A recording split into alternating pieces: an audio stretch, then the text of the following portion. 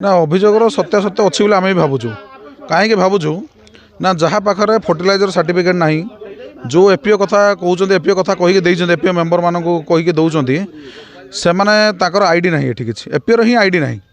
किंतु जदि एपीओर आईडी ना से सार डिस्ट्रीब्यूशन फर्टिलाइजर डिस्ट्रीब्यूशन केमी गले ता भितर बहुत जगार माने विषाक्त जिनस भी अच्छे जोटा कि आम प्रयोग करुँ काली किए खाई मरीगला किए दायी हे मत कहले आप तेणु यही बाबद में आम गोटे कम्प्लेन पाइले शुक्रवार दिन ये स्थानीय भाई मैंने आम फोन कले जमी आमको सार दे चिकिटा माटी भाया लगुच आउ जो पोटास देते लुण आम आज्ञा चाखिक देखी लुण मुझे पोटास जन चाखिक देखिपर कि जड़े से कनफर्म नथिले जड़े चाखिक केम देख तेणु जो मानक से पोखर चाषी जो चाष चाषीटे जो तार सार को देखिए से जानी पार्छ कौटा डुप्लिकेट कौटा ठीक कथा तापर से सागे सागे डीएपी को मतलब फोन कर जो अथराइज डीलर अच्छे से सहित कन्फर्म कर सार को देना जो पचरा गला से कहला कि आम सार ठीक देचे आप जहाँ करा कथा करूँ तो तेणु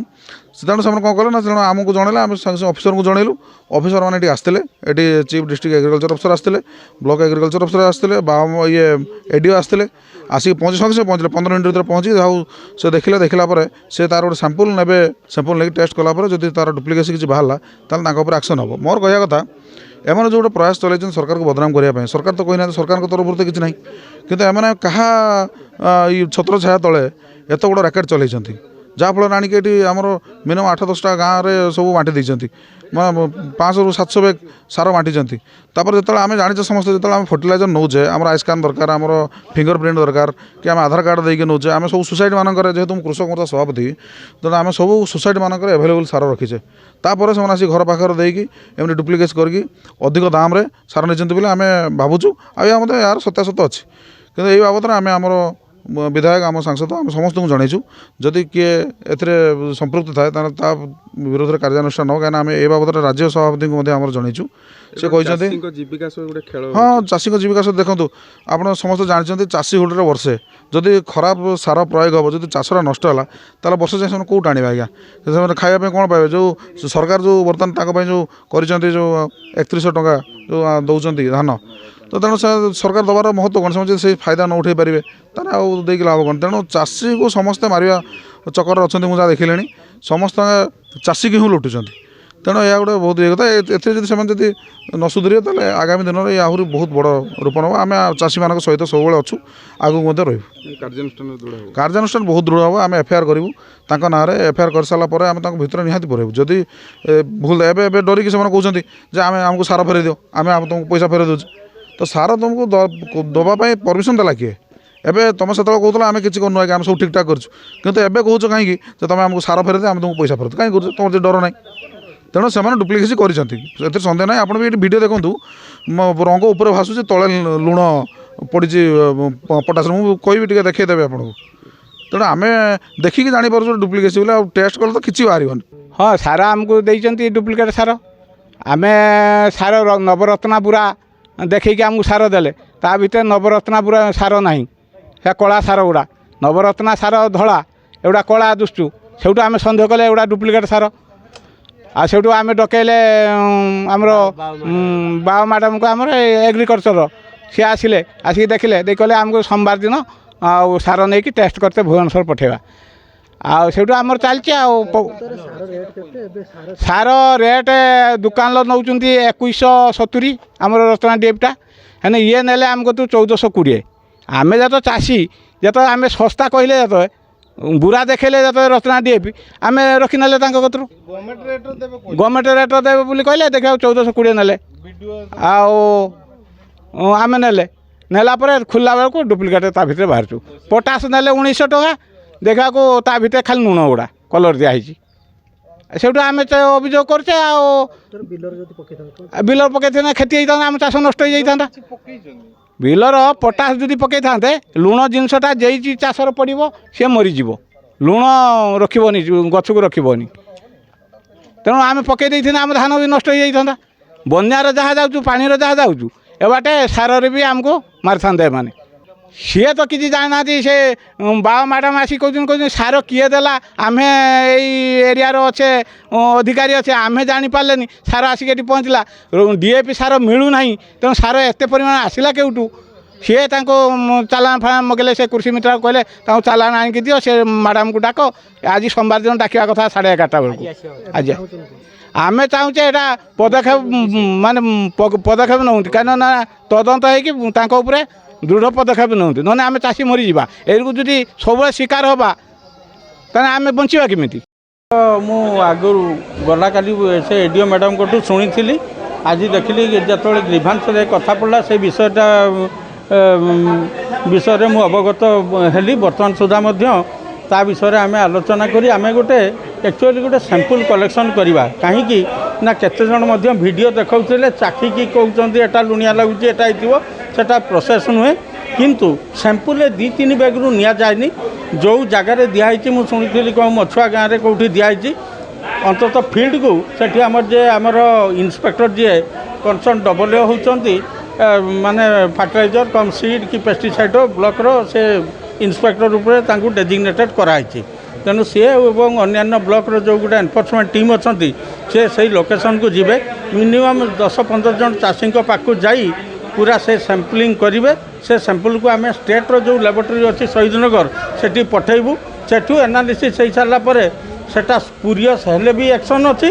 स्पूरियस न होगी जेन्युइन हेले एक्शन अच्छी कहीं ना कनसर्न एफओ ना कौन लाइसेंस ना बोली मुझे शुणा पाइली तेणु कौ सोर्स आसुँच किए कौच अरमास थ्रू रे दिखाई एफओ देला कौ हिसाब से देला कौन दिखाई जिनस तेणु बिना तार सैंपलिंग एवं सैंपलिंग टेस्टिंग रिजल्ट एटा को अनुधान करी कही होबनी किंतु जेहेतु एटी कंप्लेन एटा डिस्ट्रिक्ट लेवल को आसी आमे से विषय ये तदंत करूँ जहाँ ये सब कलेक्टर मैडम तथा उपरिस्थ अधिकारी दृष्टि कार्यानुष्ठान हम नकली हो बा असली हो असली हेले भी कौ बेसिस कौठू आणिकी देल सेटा है कथा 4 दिन देखु सेपटे बर्तमान सुधा आमको भी सेपटू भी कहुई जे एसआरसी ये आम सांगे सांगे धर बुढ़ी रिपोर्ट दियो सदर एरिया तो केमती डिवास्टेटेड होती आपण मैंने जानते खाली सदर नुहे सदर बस्ता सहर तेणु सेपट आड़े ना नीलगिरी एफेक्टेड होनी आमती कहबी ना ना रिपोर्ट आपणकर जब भी सेटा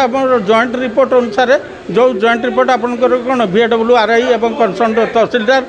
तथा ब्लॉक एग्रीकल्चर अफिसर समस्त जॉइंट रिपोर्ट अनुसार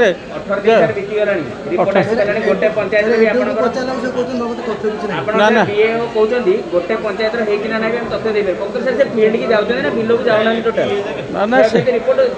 हाँ ठीक अच्छे से विषय हाँ ठीक अच्छे हाँ से विषय मुझे सहित आलोचना करी जहाँ स्टेप नहीं हम नेबी ये जो सबू जिनस क्षयक्षति रिपोर्टा हाँ जॉइंटली जदि कनसर्न BO कौन कनसर्न VAW कनसर्न RI कि तहसीलदार ये 4 जनकर जॉइंट सिग्नेचर ही जोटा हम दैट इज फाइनाल सेटारे मु किछि करि परिबिनी किंतु एटा स्पूरियस फर्टिलाइजर हेले भी आम स्टेप नबू किंतु आफ्टर टेस्टिंग सॉइल सैंपल को टेस्टिंग हम आउ ये जो 2-3टा बस्ता आनी एटारू टेस्ट करहबनी गोटे जगह बल्क अच्छी कहीं जो लोक भी डुप्लिकेट देखिए मोर जी धारणा हुए तो 10 बैग 7 बैग कि 6 बैग ठीक थी आउ 4 बैग डुप्लिकेट माने कौन डुप्लिकेट ओरिजिनाल निहाती मिसा हो तेणु आम जाइए फील्ड जाइए सत्यासत्य अनुसंधान कलापर जहाँ ये करूँ किंतु सैंपलिंगटा मस्ट सैंपलिंग बिना हो पारनी सैंपलिंग विथ टेस्टिंग रिजल्ट पर दरकार जोटा डिस्ट्रिक्ट एडमिनिस्ट्रेशन जदि कहे से हिसाब से जहाँ कार्यानुष्ठान नवा कथा शुणु मुझे एफओ सी अच्छी तेणु चाषी रिक्वायरमेंट आमर भी कंपानी दबार बिहन सार और विष तेणु बिहन समय में देन जो सार डिमांड कले आम सार देलु आणिकी किणिकी जहाँ जो चाषी जो रिक्वायरमेंट जहाँ थी आम से अनुसार देचु सेटा तो से कहते कि डुप्लिकेट मुझे जाने बर्तमान सुधा ओरिजिनल कि डुप्लिकेट से आप्लिकेसन आणुंट यहाँ हूँ সেটা মু ভদ্রকରୁ ଆଣିଥିଲି ଜଣଙ୍କ ଥ୍ରୋରେ ସେଟା ବାଲେଶ୍ୱର ଯେତେ ଆଗ୍ରି କ୍ଲିନିକ୍ ଯାଇଥିଲି ଯେ ସାର ବିଷୟରେ ବୁଝିବା ପାଇଁ କହିଲେ ସେମାନେ କହିଲେ କି ଟ୍ୟାକିଂରେ ନେଲେ ସବୁ ରେଟ୍ ଆମକୁ କହିଲେ ଟ୍ୟାକିଂରେ ନେଲେ ଏଇ ଜିନିଷ ପଡ଼ିବ ମୋତେ ଯେତେବେଳେ କହିଲେ ମୁଁ ସେଇଠୁ ରହିକି ଚାଷୀଙ୍କୁ ଯିଏ ଆମର ବେଗୁନିଆରେ କି ମଛୁଆର ସେମାନେ କହିଲେ କି ନା ଆମେ ଟ୍ୟାକିଂ ସହ ନେବୁନି ଆମେ ଚାଷୀ ଏତେ ଟଙ୍କା ଦେଇକି ନେଇକି ଚାଷ କରିବୁ ନା ଆମର ସୋସାଇଟି ଏଇର ମିଳୁଛି ଆମେ ସେଇ ରେଟ୍ରେ ନେବୁ ମୁଁ କହିଲି ନା ଟ୍ୟାକିଂ ନଦେବା ସ୍ପଷ୍ଟୀକରଣ ଦିଅନ୍ତୁ ଯେତେବେଳେ ମାନେ 400-500 ଟଙ୍କା ପୁରା କମ୍ରେ ସାର କେମିତି ଆପଣ ଦେଉଛନ୍ତି କମ୍ରେ ଦିଆହେଇନି ଟ୍ୟାକିଂଟା ନ ନେଲେ 400 ଟଙ୍କା ଏବେ ଯେଉଁଟା ଆସୁଛି କି କମ୍ପଲସରି ସେ ବିହନ ସାଙ୍ଗରେ ସେ ଯେଉଁ ଆମର ସାର ସାଙ୍ଗରେ ଗୋଟେ ମେଡ଼ିସିନ୍ ଟାଇପ୍ର ଗୁଳା ହେଇକି ପକାଉଛି ପୋକ ନ ଲାଗିବା ପାଇଁ ସେଇଟା ଲୋକ ନେବେ ନାହିଁ ମନା କଲେ ସେଥିପାଇଁ କମ୍ ରେଟ୍ ରେଟ୍ ଠିକ୍ ଅଛି ସେଇଟା ଏକ୍ସଟ୍ରା ନେବେ ନାହିଁ କହିଥିଲେ ନା ମୁଁ ଏଇଟା ମାସେ ହେଲାନି ମୋର ଆ ଭିତରେ ଅଭିଜ୍ଞତା ନାହିଁ ଚାଷୀ ବେଗୁନିଆରେ ଦେଇଥିଲି 17-18 ପାଖାପାଖି ଆଉ 14-15 ଦେଇଛି ମୁଁ ମଛୁଆରେ ବେଗୁନିଆରେ ଦେଇଛି 96,000 ସମଥିଙ୍ଗରେ ଆଉ ମଛୁଆରେ ଦେଇଛି 91,000 ସମଥିଙ୍ଗ ଆମର ବାଲେଶ୍ୱର ଯେହେତୁ ମଣ୍ଡରେ ସେ ବାଲେଶ୍ୱର ଇଏରେ ଆଇଡି ଅଛି ଆମର ଲାଇସେନ୍ସ ଅଛି ଲାଇସେନ୍ସ ଆଜ୍ଞା ସେଇଟା ମୁଁ ତ ଜାଣେ ଟ୍ରାଇଟେରେ କ'ଣ ମୁଁ ସାର ଲୋକ ଡିମାଣ୍ଡ କଲେ ମୁଁ କହିଲି ସାର ଦେବାର ଅଛି ମୁଁ ସାର ଆଣିକି ଦେଇଛି ମୁଁ ହେଉଛି ଏଫ୍ପିଓର ଅଛି ସିଇଓ ଚିଫ୍ ଏକ୍ଜିକ୍ୟୁଟିଭ୍ ଅଫିସର ମୋ ନାଁ ସସ୍ମିପ୍ରଭା ରାଉତ ମୁଁ ନୀଳଗିରି ବ୍ଲକରେ ଆମର ହେଉଛି ଲାଇସେନ୍ସ ହିସାବର ଆମର ନୀଳଗିରି ମାନେ ବାଲେଶ୍ୱର ଲାଇସେନ୍ସ ହିସାବରେ ଆମେ ମଗେଇବା କଥା ଯେହେତୁ ଲାଇସେନ୍ସ ଲେଟ୍ ହେଲା ସେଥିପାଇଁ ଆମେ ଅଲଗା ଥ୍ରୋରେ ଆଣିକି ଦେଇଥିଲୁ ସେଇଟା ଭଦ୍ରକରୁ ଆଣିଥିଲି ମୁଁ ବର୍ତ୍ତମାନ ସୁଦ୍ଧା ଜାଣେ ନାହିଁ ସାର୍ ଅସଲି କି ନକଲି ସେଇଟା ଆମର ମ୍ୟାଡ଼ାମ୍ ନେଲେ ସାମ୍ପଲ୍ ଇଏ ପାଇଁ ମ୍ୟାଡ଼ାମ୍ ଜାଣିଲେ ତାପରେ ଯାହା ଜଣା ଆମର ଜଣେ ଜଣକା ରିସିଟ୍ ଇଏ ନାହିଁ ଯେ ପ୍ରୋଭିଜନ୍ ଯେ ରିସିଟ୍ ଜଣେ ଜଣକା ଦେବାର ଧର ସେମାନେ ଆମକୁ ରିକ୍ୱାରମେଣ୍ଟ ଦେଲେ କି 15 ଜଣ କି 12 ଜଣଙ୍କର ଲିଷ୍ଟ ଯାହା ଦରକାର ସେ ଆମେ ଆଣିକି ତାଙ୍କୁ ଦେଇଛୁ ତାଙ୍କ ମୁଁ ବେଗୁନିଆରେ ଯେତେବେଳେ ଆଣିଲି ତାଙ୍କ ସାଇନ୍ ସହ ଖାତାରେ ଆଣିଛି ଯିଏ ଯେତିକି ଟଙ୍କାର ରିକ୍ୱାରମେଣ୍ଟ ନେଇଛି ତାଙ୍କ ସାଇନ୍ ସହ ମୁଁ ଖାତାରେ ଆଣିଛି ଆମର ଯେଉଁ ବେଗୁନିଆରେ ଧର ଆମ ଆକ୍ଚୁଆଲି ଆମେ ଯେମାନେ ଆମକୁ ଏଣ୍ଟ୍ରି ଯେମାନେ କରିଛନ୍ତି ପୋର୍ଟାଲରେ ସେଇ ହିସାବରେ ମୁଁ ଏମ୍ବିକେକୁ କହିଲି କି କିଏ ନେବ କି ସାର ପଚାରିବ ତାଙ୍କର ମୁଁ କହିଲାରେ ସେ ରିକ୍ୱାରମେଣ୍ଟ ଦେଲେ ବୁଲିକା ଏମ୍ବିକେ ଦିଦି ଆଉ ଆମର କୃଷି ମିତ୍ର ଦିଦି ମୁଁ ହଁ ତାଙ୍କୁ ମୁଁ କହିଲି କି ଆପଣ କିଏ ମାନେ ସାର ନେବେ ଚାଷୀ ଯେଉଁମାନେ ଆମ ପୋର୍ଟାଲରେ ଅଛନ୍ତି ତାଙ୍କର ରିକ୍ୱାରମେଣ୍ଟଟା ମୋତେ ଟିକେ ଦେବ ଦେଲେ ମୁଁ ସେଇ ଅନୁସାରେ ଦେବି ସିଏ ମୋତେ ନା ସେଇଟା ଜଣଙ୍କ ଥ୍ରୋରେ ତାଙ୍କୁ ମୁଁ ଜାଣେନି ଆକ୍ଚୁଆଲି କେଉଁ ଇଏର ଆକ୍ଚୁଆଲି ନା ମୁଁ ବିଲ୍ ମାନେ ଦରକାର ଏଟା ସିଏ ଯେତେବେଳେ କହିଲେ ସାର ଦରକାର ମୁଁ ତାଙ୍କୁ କହିଲି ଭାଇ ମୋର ଏମିତି ସାର ଟିକେ ଦରକାର ଅଛି ଯେଉଁ ଦେଖାହେଲା ବାଲେ କେଉଁଠି ଆସିବ ଏମିତି ସାର ନା କ'ଣ ହେଲା ଏଇଟା ସେ କହିଲେ ବିନା ଡାକିରେ ଚାଷୀ କ'ଣ କହୁଛନ୍ତି ମୁଁ ନିଅ ନା ତାହେଲେ ହଉ ସେଇଠି ଯାହା ଦେଖାହେଲା ସିଏ ଦେଲେ ତାଙ୍କ ନାଁ ହେଉଛି ବାବୁ ଭାଇ ତାଙ୍କ ଘର ଭଦ୍ରକ ସେ କହିଲେ ମୁଁ କହିଲି ତମ ଘର କେଉଁଠି ଭଦ୍ରକ ଦେଇକି ନା ମୁଁ ଜାଣେନି ଏସବୁ ଏତେ ଜିନିଷ ଦରକାର ହେବ ବୋଲି ମୋର ଚାଷୀ ଦରକାର ହେଉଛି ମୁଁ ଖାଲି ଆଣିକି ତାଙ୍କୁ ଦେଇଦେଲି ଏଇଟା ହେଉଛି ମାଧ୍ୟମ ଯେ ଚାଷୀ ଏଇ ରେଟ୍ରେ ପାଇଲେ ତାକୁ ଯେତିକି ସିଏ ବିଲ୍ କହିଲେ ମୋତେ ରେଟ୍ ଯେମିତି କହିଲେ ମୁଁ ସେଇ ଅନୁସାରେ ହଁ ନକଲି ସାର ଯେଉଁ କେତେ ଗୁଡ଼ିଏ ଗାଁରେ ଏଫ୍ପିଓଙ୍କ ଦ୍ୱାରା ସପ୍ଲାଏ ହେଇଛି ଯାହା ଚାଷୀମାନେ ଅଭିଯୋଗ କରୁଥିଲେ ଆପାତତଃ ତାହା ଆମେ ତାଙ୍କ ଶୁଣାଣିରୁ ଜଣାପଡ଼ୁଛି ସେମାନେ ଠିକ୍ ଅଭିଯୋଗ କରିଛନ୍ତି ଏବଂ ଆମେ ତାକୁ ମଧ୍ୟ ଆପ୍ରୋପ୍ରିଏଟ୍ ଅଥରିଟିକୁ ଦେଇଛୁ ସବ୍ କଲେକ୍ଟର ନୀଳଗିରିଙ୍କୁ ଏନକ୍ୱାରି କରିକି ବିହିତ କାର୍ଯ୍ୟାନୁଷ୍ଠାନ ପଦକ୍ଷେପ ନେବା ପାଇଁ ତାଙ୍କୁ ଅନୁରୋଧ କରିଛୁ ତା ସହିତ ଆମେ ଏସ୍ପି ଆସିଥିଲେ ଏସ୍ପିକୁ ମଧ୍ୟ ଜଣାଇଛୁ ଏ ବିଷୟରେ ସେ ମଧ୍ୟ ଯାହା ଯଦି କୌଣସି କ୍ରିମିନାଲ ଆକ୍ଟ ଥାଏ ସେଥିରେ ଯାହା ସାମ୍ପଲ୍ ଫାମ୍ପଲ୍ ଆମର ଲ୍ୟାବ୍ ଟେଷ୍ଟ ପରେ ଜଣାପଡ଼ିବ ସେ ଅନୁସାରେ ସେମାନେ ଆକର୍ଡିଂଲି ଏଫ୍ଆଇଆର୍ ବି କରିବେ ଏବଂ ଆଇନ ଅନୁସାରେ ଆକ୍ସନ୍ ନିଆଯିବ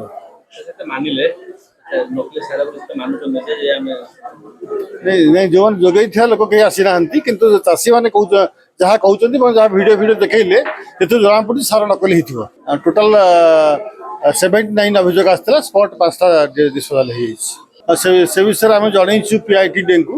ସେ ଆକର୍ଡିଂଲି ତାଙ୍କୁ ସୁଧାରିବା ପାଇଁ ଚେଷ୍ଟା କରିବେ।